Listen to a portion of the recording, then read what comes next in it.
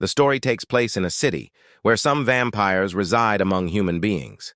The people of the city hanged posters on the walls to alert everyone. They intend to stop the massacres done by the vampires.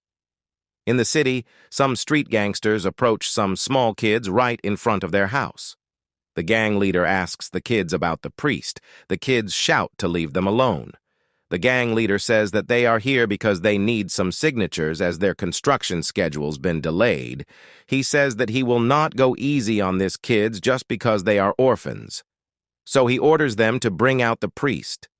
Suddenly, a polythene masked girl confronts the gangsters. She shouts that she would rip their limbs apart. The gang leader grabs the girl by her mask. The kids shout at the gang leader to leave their sister, Hayan, alone.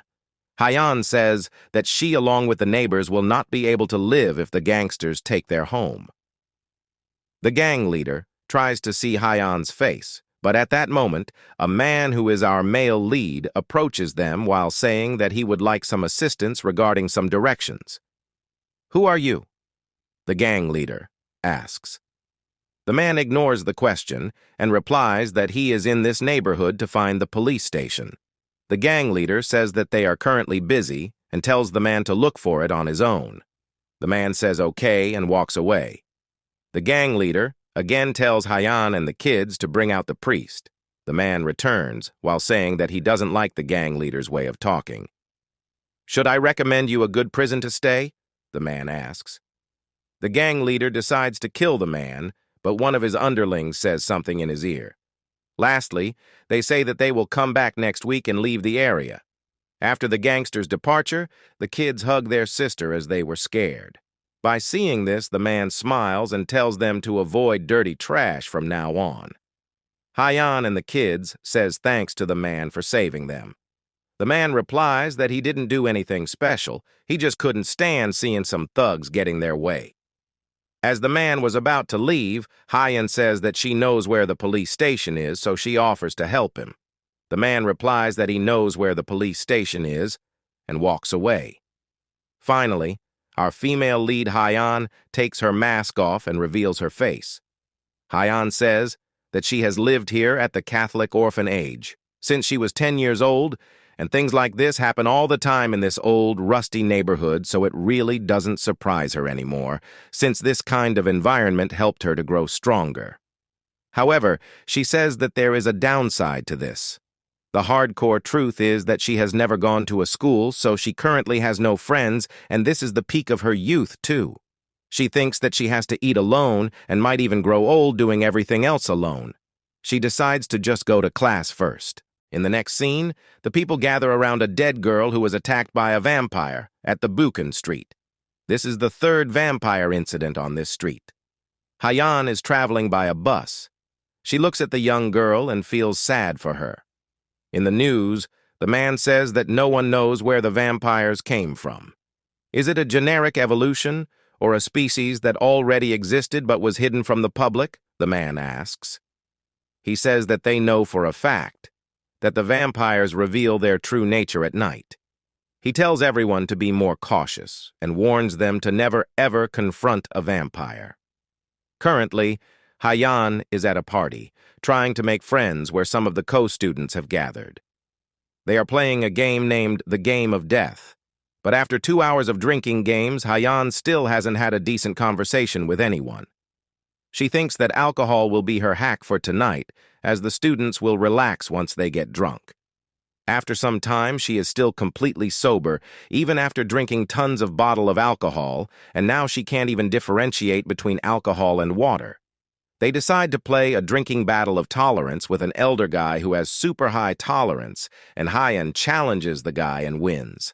Finally, Hayan gets some recognition, and a female student asks for Hayan's number after her drinking battle. Hayan hopes that now she can finally make some friends. Their chats go on for some time, and Hayan enjoys herself to the fullest. In the middle of their enjoyment, a siren rings to warn them that it's already 11, so they should go back to their home safely. Hayan also gets ready to go home, but she hears a voice from her back. "Let me take you home, Hayan. Would that be okay?" Hayan's upperclassman asks. As they start walking, Hayan feels awkward because the boy who is her upperclassman is very popular. Why is he being so nice? Hayan wonders. Hayan says that it's dangerous at this time of night, so she suggests her upperclassman to go home. She says that she would be able to go home alone. The boy ignores Hayan's suggestion. Hayan talks about her family. She says that she lives with cute siblings and good people, so enjoys her life to the fullest. While they are having such beautiful conversations, in the meantime, the other people are running for their lives to go home quickly as they don't want to get eaten by a vampire. Hayan insists the boy to go home quickly as it's already midnight. It's fine. What's the big deal about vampires anyway? The boy questions. In the next moment, Hayan sees the same gang leader beating a man while asking for his money.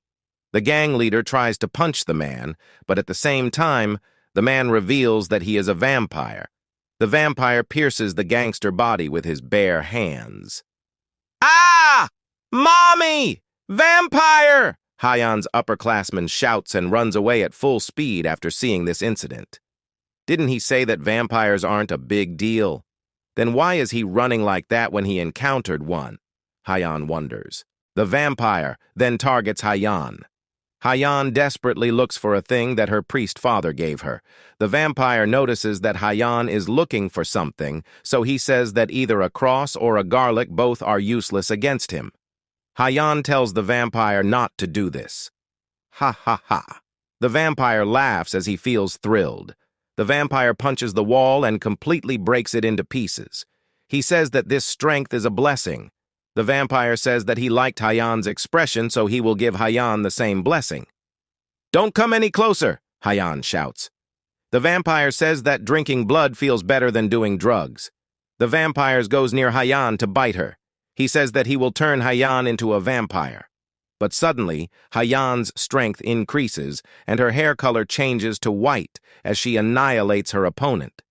After killing her opponent in a single blow, Hayan says that it's futile to bite her because she was born as a pure blood vampire. As it was already past midnight, and her true form was revealed, Hayan runs on the buildings and quickly jumps to reach her home. After reaching home, she desperately looks for something and finds it. Hayan explains that she transforms like this when she gets extremely emotional, but thankfully, she is able to calm down with the help of this crown of thorns. She warns herself not to forget to bring this crown along, or else she won't be able to go to school if she gets caught.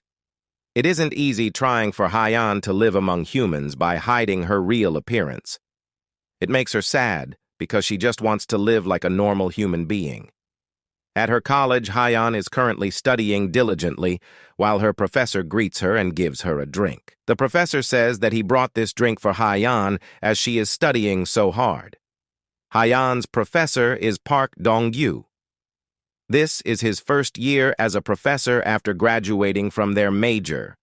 He's an extremely sincere teacher who knows every one of his students by name and even provides counsel during vacation days. He was a legend as a student who worked 3 jobs in order to pay off his tuition. He had a struggling childhood with a single mom, but now they live comfortably and apparently, he'll be a dad next month. Hayan thinks that Professor Dong-yu is worth respecting.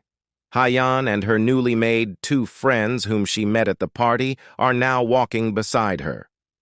The female girl says that she heard that Hayan bumped into a vampire. Did you get hurt? You didn't die? The girl asks. Hayan replies that she is still alive. The boy blames the upperclassmen for leaving Hayan along at night. The girl says that it's a fact that there is 1 vampire for every 10,000 people. The girl then gets shocked with what she said herself. In the meantime, Hayan just wants the girl to stop talking about vampires. Hayan's hair slightly starts to change, but she handles it. Hayan knows that since the police report yesterday passed without a hitch, it means she must lay low at school for now. In the next moment, Hayan hears students, people gossiping. Did you hear about the Busan incident? The boy asks. The girl replies saying yes, a vampire massacred an entire family. All the students cursed the vampires and just wanted the vampire to die as they regarded them as monsters. After listening to all this, Hayan goes on a deep thought. She reminiscent her past when she was a kid. In the past, Hayan was told that she can't be friends with humans. Picture books were her only friends since she was always alone. She prayed every day that she would meet a friend who she could talk and play with. But she wonders if that prayer was ever heard. Wow, you can read books like that? I also read that recently, a boy approached her and that's how Hayan met her first friend. After getting introduced, they always chatted for a long time while sitting on a swing.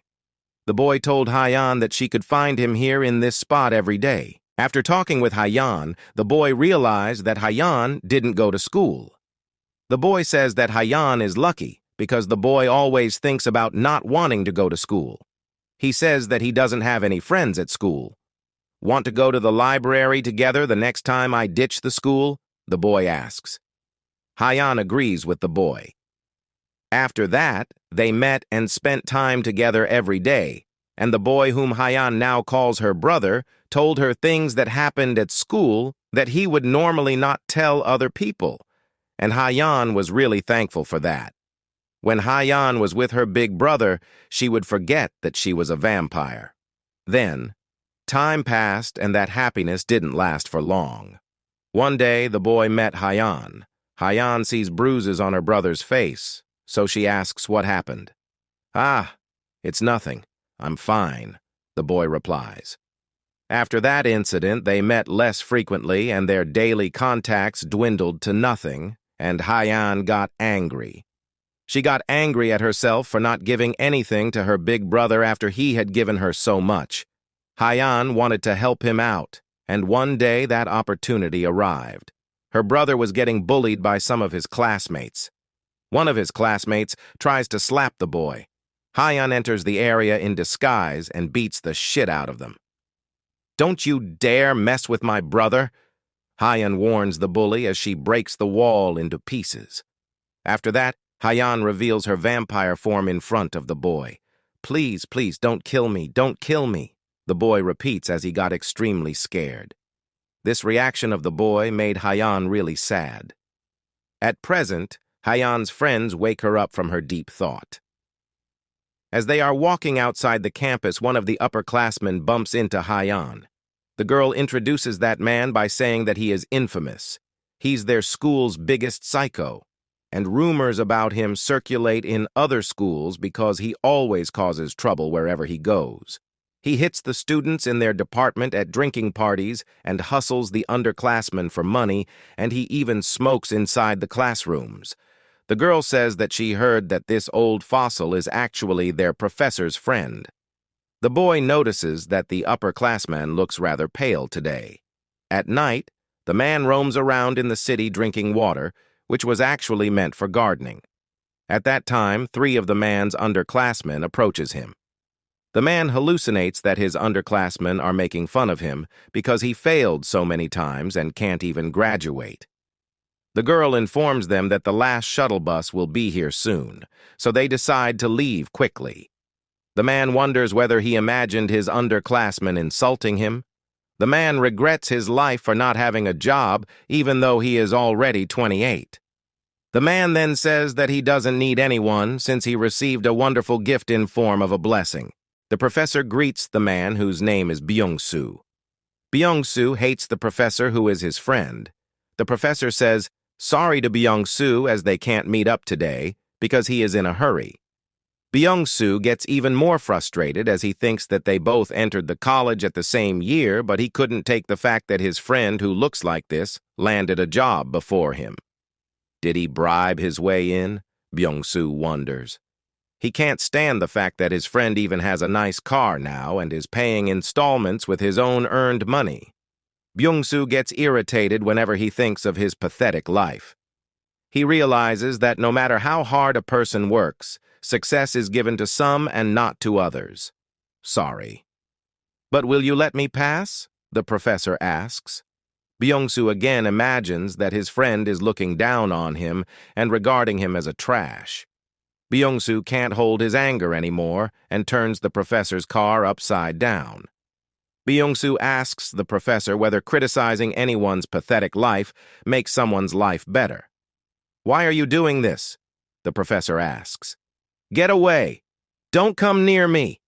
the professor shouts as he gets scared. Byung-soo says that he just started a new life with a new blessing.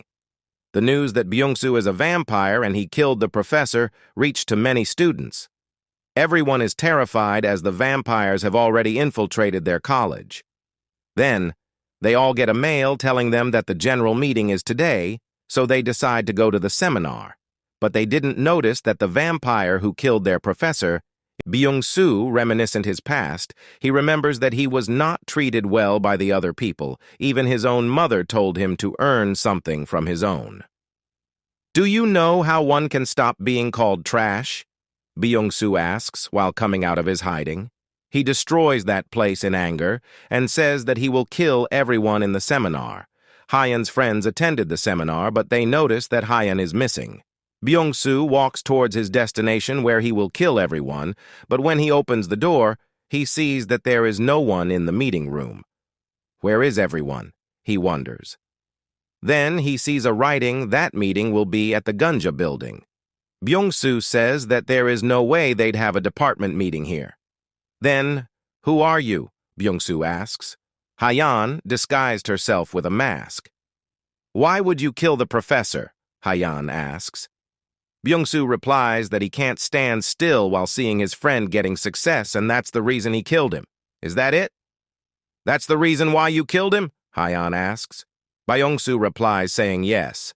"So you ripped a hard-working person apart just because of the meager feeling of inferiority?" Hayan feels extremely angry. "That professor committed no crime, so why did he have to become a victim like this?" Hayan thinks that it's injustice. Hayan says that people like Byung-soo are the reason why this world is a scary place. Innocent children can't freely go outside and play, and people are so scared that they can't sleep peacefully at night.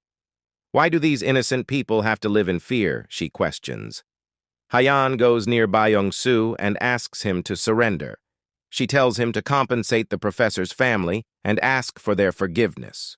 Byung-soo immediately punches Hayan with his full vampire strength. "Yay, that was dead on.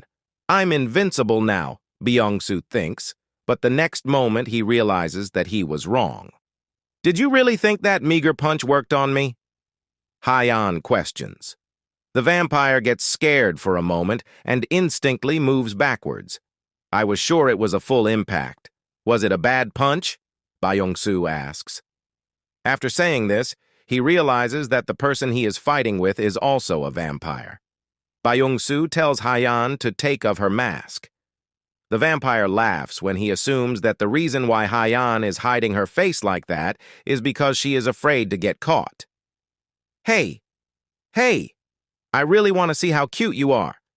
Can you please take it off?" the vampire asks. Hayan replies that Byung-soo misunderstood her. Hayan says that the reason she is keeping her mask on is for the sake of Byung-soo, because if he knew Hayan's identity, she would have to kill him. "Did you know?" The vampire gets closer to Hayan while saying this and suddenly starts to beat Hayan from her back. That's right. This is that feeling where the flesh is ripped apart and bones are shattered to pieces. The vampire enjoys this feeling while beating his opponent, Byung-soo reminiscent his past. In the past, a group of vampires met Byung-soo at a bar, where they turned Byung-soo into a vampire by offering him their vampire blood. After becoming a vampire, he did many crimes and sucked many people's blood. He acquired an important information from his companions that a mixed-blood vampire's lifespan is only 5 years old, but if they join a family named Lion, then they can expand their lifespan. The vampire laughs, as he thinks that this time he has finally broken some bones. "Are you done already?" Byung-soo asks, but the next moment he gets surprised, seeing Hayan completely fine. How can it be possible? I felt that attack connect. Then what is the thing that broke, he wonders. Then he realizes as he sees that his hand is completely messed up. "Ah! It hurts like hell," the vampire shouts. "Does it hurt? Did you never think about how much pain the professor would have experienced? How can you easily kill a friend like that?" Hayan asks. Byung-soo explains that he was jealous that a kid who grew up eating with a wooden spoon was living better than him who grew up with a golden one. The vampire says that he didn't want to acknowledge that a person like him had turned to trash. But in the next second, he realizes that it makes sense, since he didn't put in any effort in life. After that, Byung-soo says that he went crazy and laughs. He says that the professor was the only friend he had.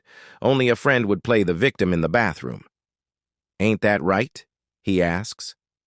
Hayan says that there is a reason why Byung-soo will be nothing more than a trash because he doesn't take the opportunities given to him. Hayan reveals her face as she intends to kill Byung-soo. Byung-soo tries to punch his opponent, but Hayan stops the attack with her finger and grabs Byung-soo's hand and twists it until it broke. At that moment, he again remembers his past. In the past, he was told that if he ever meets someone from the lion, he must make sure to shut up and kiss the ground. He was also told that there is someone who is more of a threat than the lion. His companions warned him to never ever confront the white-haired vampire. At present, Hayan is beating the hell out of the vampire, which is making even the building shake. "But please don't kill me. I'll do it. I'll compensate the family, so don't kill me." Byung-soo requests to leave him alone. "You'll compensate them?" Hayan asks. She says that Byung-soo's death will be the compensation to the professor's family. Hayan smashes her opponent to the ground from the top of the building. Byung-soo turns into ashes. Again, Hayan is reminded of her past, which makes her sad. Lastly, she goes home. The next morning, detectives and the police officers arrive at the crime scene. They notice that the body has already turned into ash. How the hell are we going to investigate it? They wonder. In the next moment, our male lead, who is a detective inspector named Hwang Yuntae, arrives at the scene. As the inspectors were investigating the case at that time, Yuntae appears and shocks them. Yuntae then requests them to fill him up with the details of the situation. The inspector WHO is in charge of this situation gets annoyed and asked him that who sent him and if he is here to spy on Thayer team members. The inspector then pushes Yuntae and tells him to go away and deal with his own work. Yuntae then grabs the inspector's hand and looks at his watch and tells that this is a very expensive watch. The inspector gets a bit nervous and said that it cost him an arm and a leg. He then tells Yuntae to leave him, but Yuntae ignores him and grabs his hands more tightly. He then gets closer to the watch and tells the inspector that he can smell a faint scent of cologne from the watch, but inspector didn't use cologne. He further looks carefully and again finds another fault. He then asked the inspector that if the expensive brand didn't adjust the wristband before selling their watches. After looking at the time, Yuntae gets that it is the time of Russia. He then tells the inspector that recently a black market drug dealer gets out of the prison and was sent back to his country. Saying this, Yuntae looks at the inspector and says that he didn't know there were still people tacky enough to receive watches these days. Hearing this, the inspector gets scared and asked Yuntae in a shaky voice that what he means by this. Seeing him scared, Yuntae taps his shoulder and tells him not to piss his pants as he was just speculating. He further tells him to be polite to him as they are co-workers. The subordinate of the inspector sees this and admires Yuntae for being so awesome. Inspector Hwang Yuntae graduated early and has almost genius-like memory where he would never forget things he's seen once. He has a record of arresting vampires that exceeds 80% after vampire countermeasures have started, and he even won the highest national medal at a young age for his distinguished services in his groundbreaking arrest methods. The list of Hwang Yuntae's achievements is endless, so people call him the vampire hunting ghost. Yuntae then says farewell to the inspector and gets out of there. As he gets out and goes to the destroyed place, a policeman tells Yuntae that this destruction is because of some vampires were fighting each other. Yuntae then looks at the cracked building and thinks that if this was a fighting between two, there would be evidence scattered all over the place, but as there is no evidence, it seems like that the fight was one-sided with no chance of survival for the victim. Through this, Yuntae comes to a conclusion that this vampire is not a usual one. After that, we can see Hayan's school. In front of the school, student starts to protest against the vampires. Hayan is walking with her friends. Seeing this, her friends tells them that from now on, they should do all the classes online. But Hayan is tensed about other matter as she has to more careful from now on. After that, the three of them starts to walk. At that time, Yuntae comes from behind and calls Hayan. Hearing the call, the three of them truns back. Her friends get shocked to see such a handsome man. They asked Hayan that of this is her BF. Hayan replied, no. She recognizes Yuntae as he was the one who asked her about the direction of the police station. Yuntae then introduces himself to them. He show-offs a bit and tells them that he was the topper in all of his classes, and he also graduated early from the police academy and became an inspector at the age of 28. He also tells them that he is famous for arresting vampires, and so no. Hearing all of this, Hayan asked if he is a detective. Yuntae replied that he is. After that, the two of them walks around Hayan's school. As they were walking, everybody was looking at Yuntae for his handsome looks, but Hayan is a bit tensed as she didn't know the reason he is walking with her. After a bit of walking, Yuntae tells Hayan that he is hungry and they should go and grab something to eat. As they were walking towards the restaurant, Hayan asked Yuntae that what they do with the vampires after catching them. Yuntae says that it's a good question, but they usually didn't publicize this matter, so not many people know about this. After that, Yuntae starts to say that a vampire's weakness is their heart, but stabbing or shooting it won't kill them since they will just regenerate. You need to completely expose their heart for them to die, however. This is impossible, since their flesh will quickly regenerate after each incision is made. So we've come up with a more definite measure. First, we restrict their movements by hanging them on a noose with high-voltage electricity running through them, then throw them in a furnace that's over 2,000 degrees Celsius. That way, they'll burn away without a trace. Hearing this, Hayan gets nervous as this type of thing she has only seen in movies. Yuntae then tells Hayan that not to get nervous as this is his idea. Hayan starts to sweet and says to Yuntae that he has quite the grudge against the vampires. Yuntae speaks up and said that he wants to turn back time to what it used to be 10 years ago. He wants to get rid of all the vampires so that people can roam around freely without any fear just like 10 years ago. Hayan looks at Yuntae and smiles. Later they goes to a restaurant and orders lots of food. Yuntae is very excited to eat the food. Yuntae tells Hayan to orders more food for her as this is his treat. He also asked Hayan that if she is okay, only eating a single kimbap. Hayan tells Yuntae that this is enough for her. After that, Yuntae starts to dig in. Hayan thanks Yuntae before eating. Hayan looks at the food and the smell coming from it gives her a nausea. As she was looking at her food, she hears Yuntae's screams. As she looks at him, she sees that Yuntae has cut his hand and it is bleeding. Hayan asked him that if he is all right. Yuntae tells her not to worry as he sees blood every day. As Hayan sees the blood, her vampire instincts activated and she feels thirsty for blood. Yuntae sucks his blood and looks at Hayan.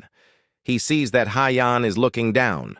Hayan holds the crown in her bag to stop the vampire instincts. She gets that Yuntae is testing her on purpose. Yuntae apologizes to Hayan for showing blood while eating and tells her to eat hurry as it will get cold.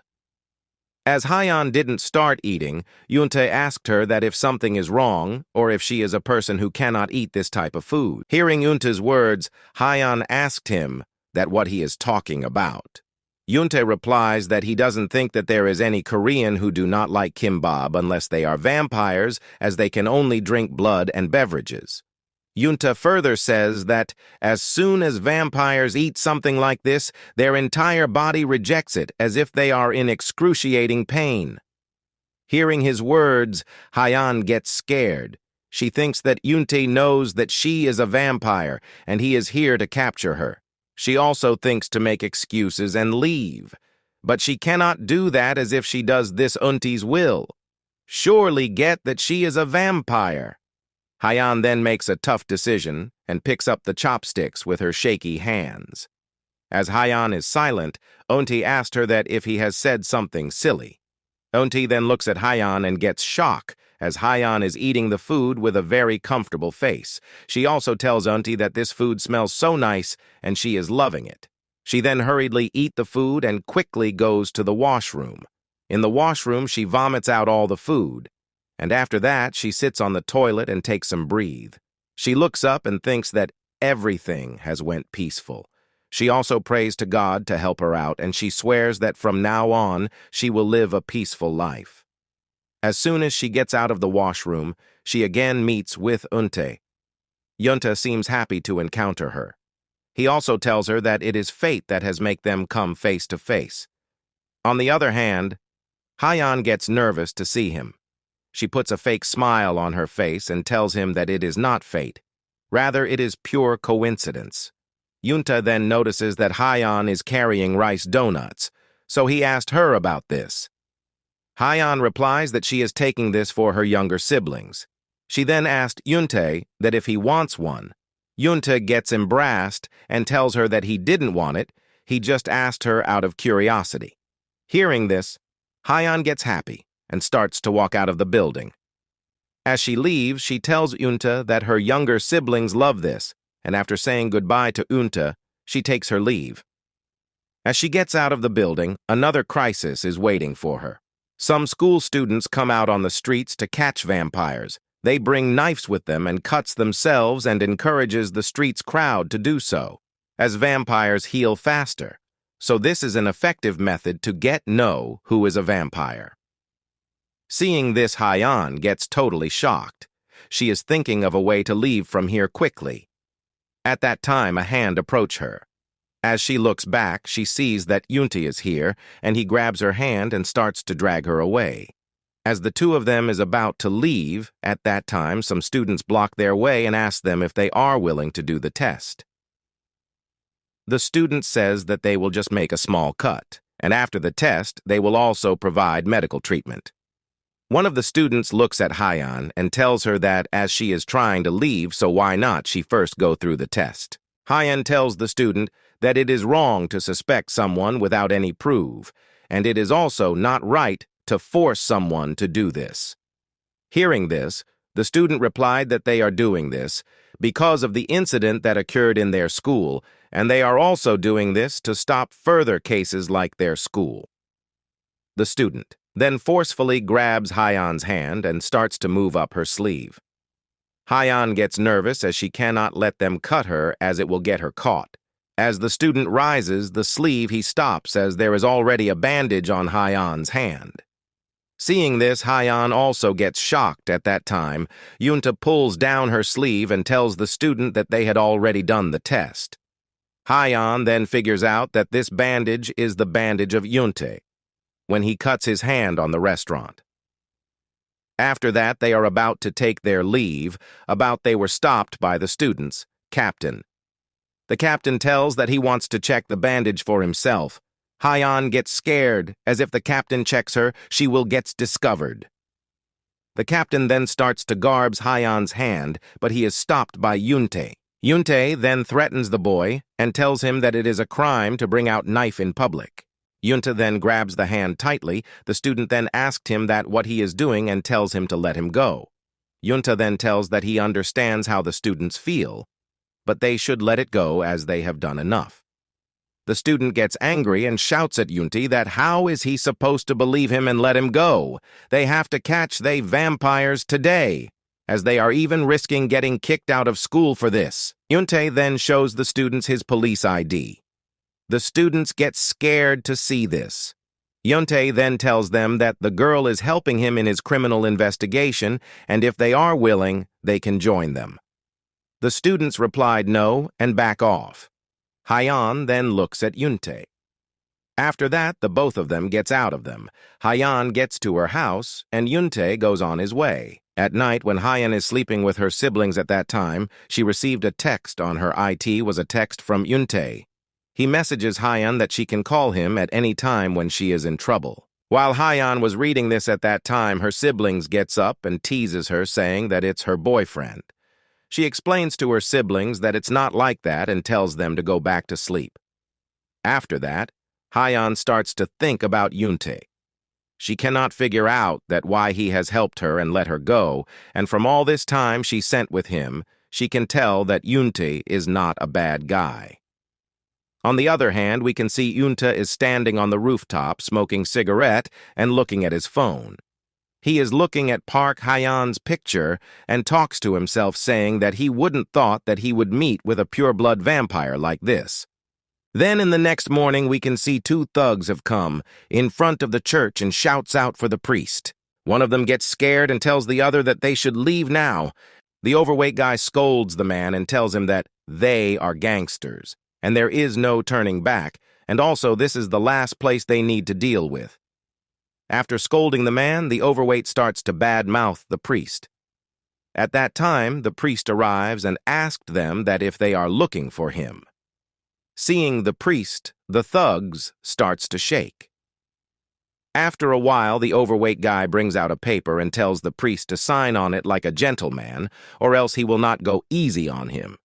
Hearing this, the priest rises the club and smash it on the ground and breaks it. He then put out the cigarette with his tongue and tells the thugs that this is not the best place for this type of conversation, so they should go to a quiet place.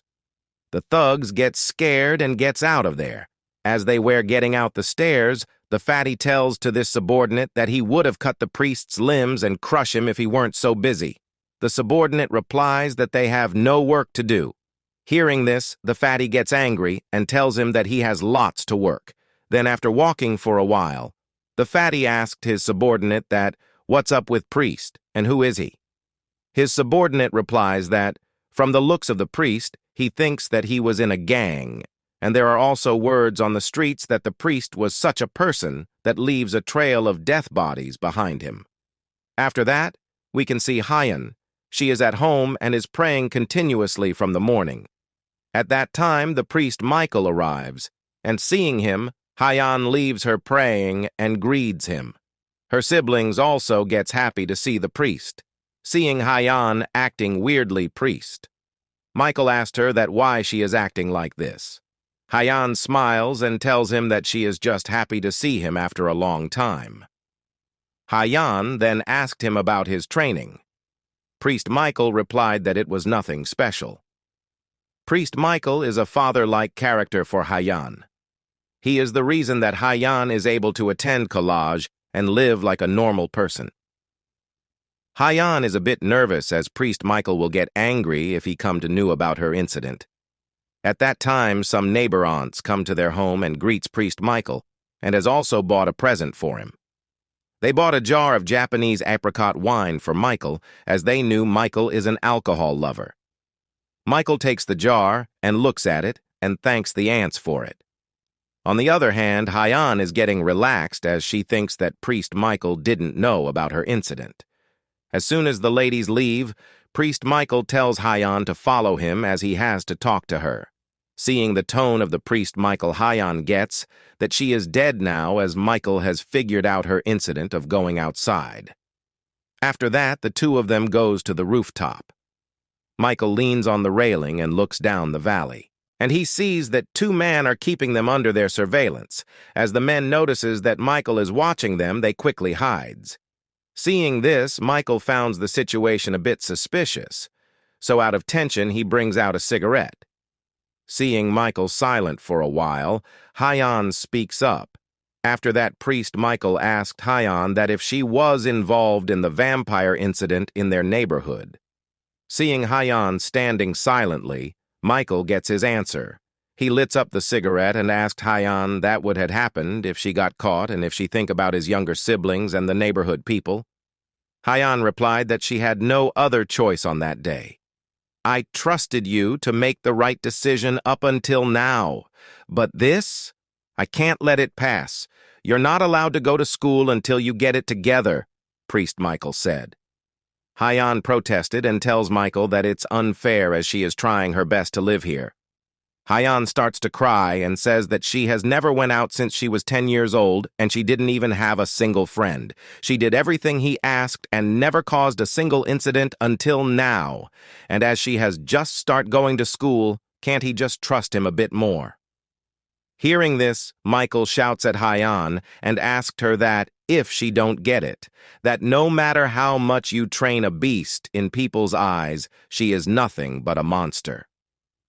Hearing this, Hayan gets totally shocked. After that, at night, Hayan gets out of her home and comes to the street. It is raining, but the protest against vampires is still going on. Hayan walks in front of them without any umbrella.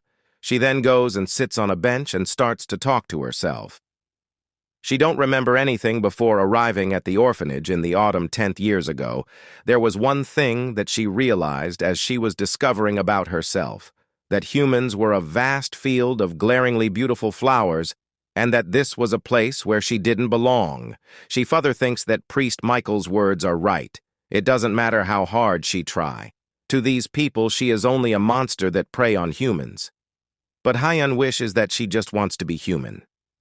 After that, we can see at the Red Boom Club 3 workers are gossiping in front of the entrance.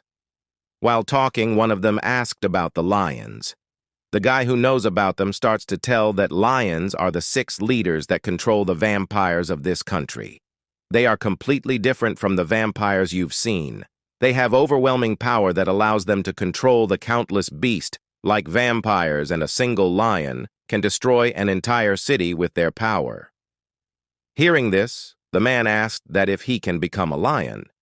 The other man replied that he can't.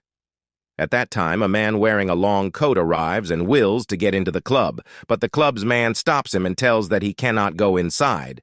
The man tells the club's man that he wants to meet the lion.